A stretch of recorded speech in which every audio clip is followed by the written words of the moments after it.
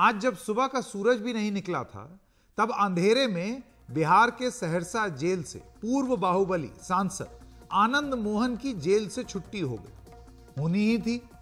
Jail के नियम को बदला गया ताकि आनंद मोहन जैसे उम्र कैद की सजा काट रहे हत्या के दोषियों की सजा नर्म कर दी जाए। प्रशासन ने तड़के रिहाई का फैसला किया और किसी तरीके से हंगामे से बचने के लिए किया। अब एक होनहार आईएएस अधिकारी की हत्या का दोषी के साथ नरमी बरती जाएगी तो लोगों में नाराजगी तो होगी। लोग भी नाराज, आईएएस अफसर भी नाराज, और जिनकी हत्या हुई जी कृष्णैया, उनके परिवार वालों का क्या हाल होगा यह सोचा ही जा सकता है। मेरे साथ इस वक्त मौजूद हैं स्वर्गीय डीएम कृष्णैया की बेटी पद्मा कृष्णैया। पद्मा जी, आपका बहुत बहुत धन्यवाद समय निकालने के लिए। आपके पिता के हत्यारा आनंद मोहन जेल से रिहा हो गया है, यह आपके लिए कितना शॉकिंग है जब आपको यह पता चला? ये हमारे लिए बहुत ही ज्यादा दुख भरी न्यूज़ है कि आनंद मोहन को आज रिलीज कर दिया गया है सुबह में। और हमका ये बहुत बिल्कुल भी एक्सपेक्टेशन नहीं था कि ऐसे एक क्रिमिनल को स्टेट गवर्नमेंट हो या सेंट्रल गवर्नमेंट हो, उनको इतना फ्री छोड़ देंगे।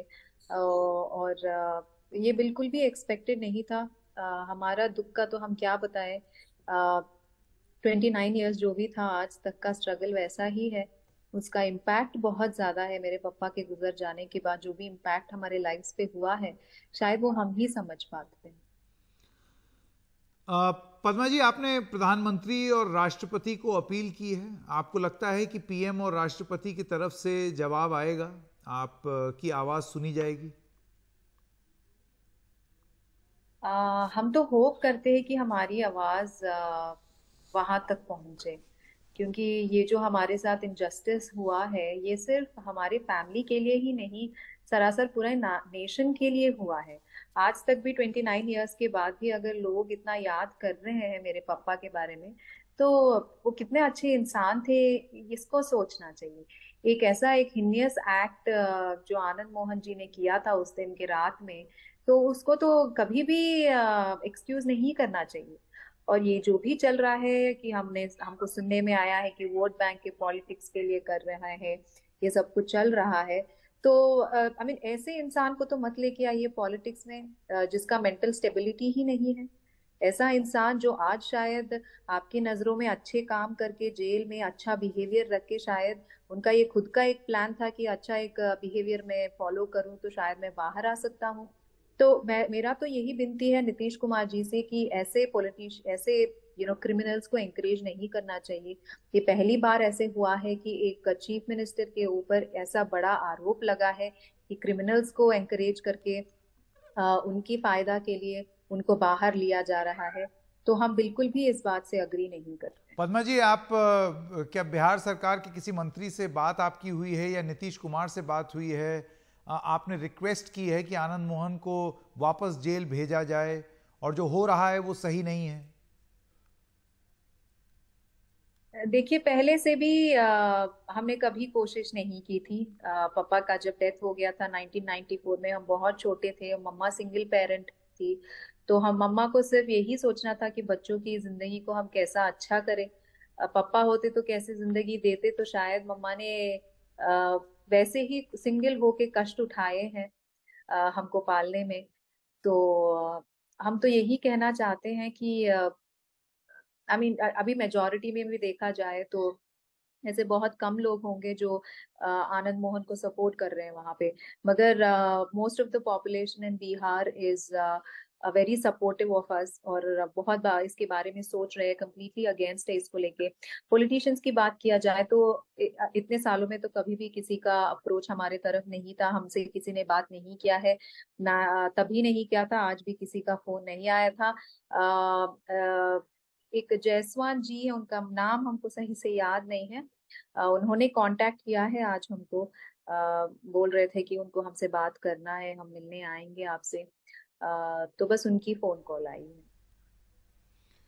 पद्मा जी, क्या नीतीश कुमार से आप बात करना चाहती हैं? क्या आप चाहती हैं कि वो आपकी बात सुने, इस कार्यक्रम के माध्यम से सीधा आपसे संवाद करें?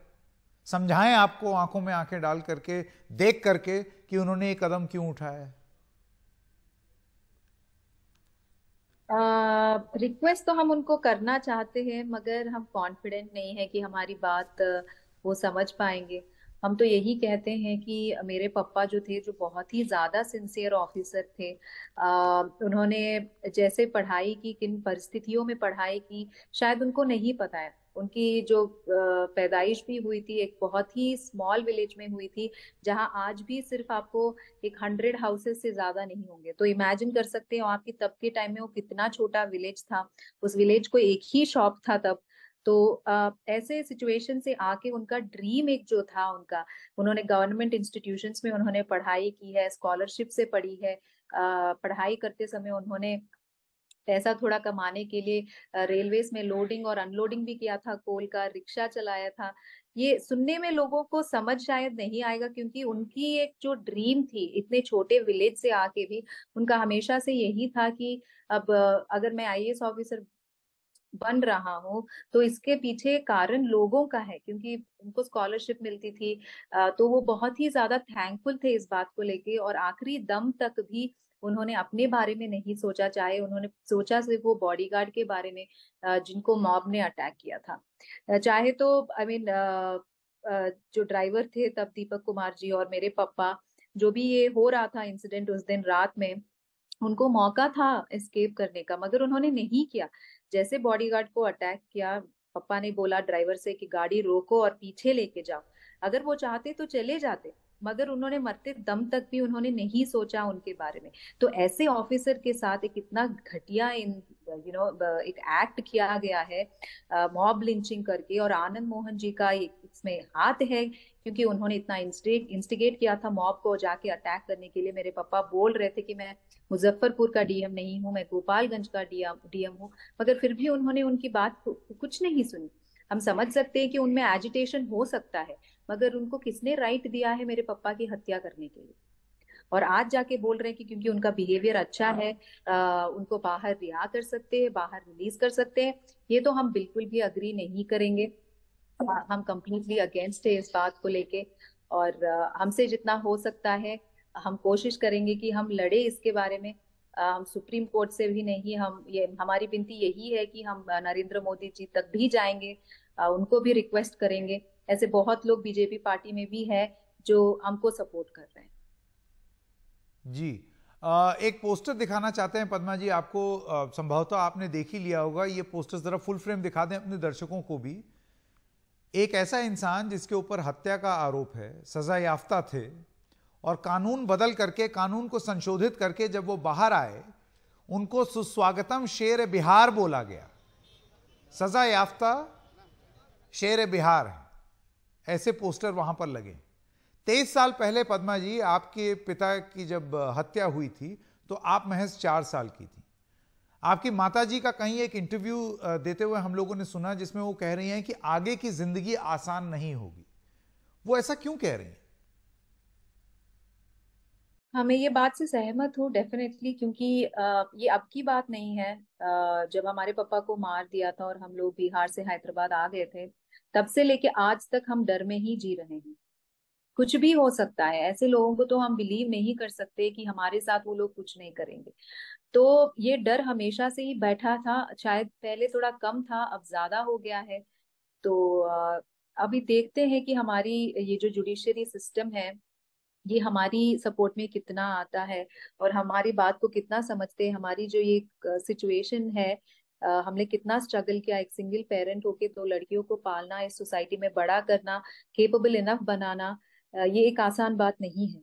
हमने पापा को खोया है, मेरी मम्मा ने अपने हस्बैंड को खोया है।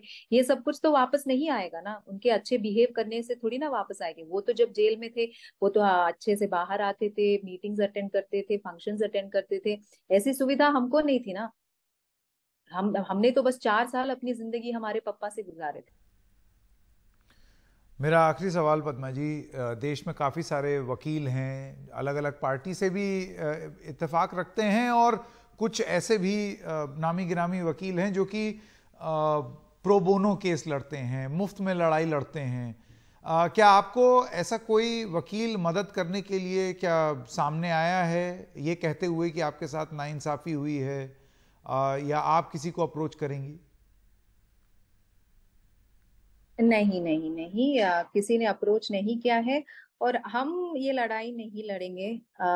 हमारे एसोसिएशन वाले जिन्होंने इतना सपोर्ट किया हुआ है, 2008 में जब भी केस भी निकला था, उनको बहुत टाइम लगा था प्रूफ्स वगैरह कलेक्ट करने के लिए, कोलेट करके वो लोग एक प्लान में आए थे। तो हम उनके साथ हैं। अलग से तो लड़ाई हम कर नहीं पाएंगे, हमारा क्या है, हम बहुत छोटे लोग हैं। हम अकेले से लड़ नहीं पाएंगे, मगर एसोसिएशन वाले बहुत ही स्ट्रांग है। वो आगे लेके जाना चाहते हैं सुप्रीम कोर्ट तक ये। और हम सोच रहे हैं कि हमारी बात वहां तक पहुंचे, बिहार तक पहुंचे और सेंट्रल गवर्नमेंट तक पहुंचे, कि ये जो मेरे पापा का इतना बुरी तरीके से उनको मार दिया गया, उसका इफेक्ट कितना ज्यादा फैमिली पे पड़ा होगा, इसको कंसिडर करना चाहिए। मेरा आखिरी सवाल पद्मा, किसी का भी दिल टूट जाए इस तरीके की खबर जब सामने आए, लेकिन क्या इस देश की व्यवस्था पर, इस देश की न्याय प्रणाली पर, जुडिशरी पर आप आज भी उतना ही भरोसा करती हैं जितना पहले करती थी? आपको लगता है कि आपको कोर्ट से इंसाफ मिल सकता है? हाँ, डेफिनेटली है, होप तो है। अभी जैसे कि हमारे जुडिशरी सिस्टम में अगर एक लॉ आता है, अगर people like 80% of India's nation अगर अग्री करती है एक लॉ को, तो आई थिंक वो डेफिनेटली इम्प्लीमेंट होगा। मैं तो यही चाहती हूँ कि ऐसा लॉ आए जहाँ पे किसी भी स्टेट में ये माफिया, ये जो गैंगस्टर, ये सब का इनका चलता है, ये सब कुछ बंद होना चाहिए। लोगों में एक डर पैदा होना चाहिए, उन जैसे लोगों को, आनंद मोहन जैसे लोगों को, उसका हिस्ट्री कुछ अच्छा नहीं है कि उसको पॉलिटिक्स में फिर से लेके आया जाए। पद्मा कृष्णैया जी, बहुत बहुत धन्यवाद। बहुत करेज चाहिए जिस तरीके से आप ये लड़ाई लड़ रही हैं, और ये दुख की बात भी है कि इस तरीके से एक परिवार जिसने एक सदस्य खोया है, उसको जख्म भरने के बजाय जख्म कुरेदे जा रहे हैं, और वो तकलीफ आप झेल रही हैं।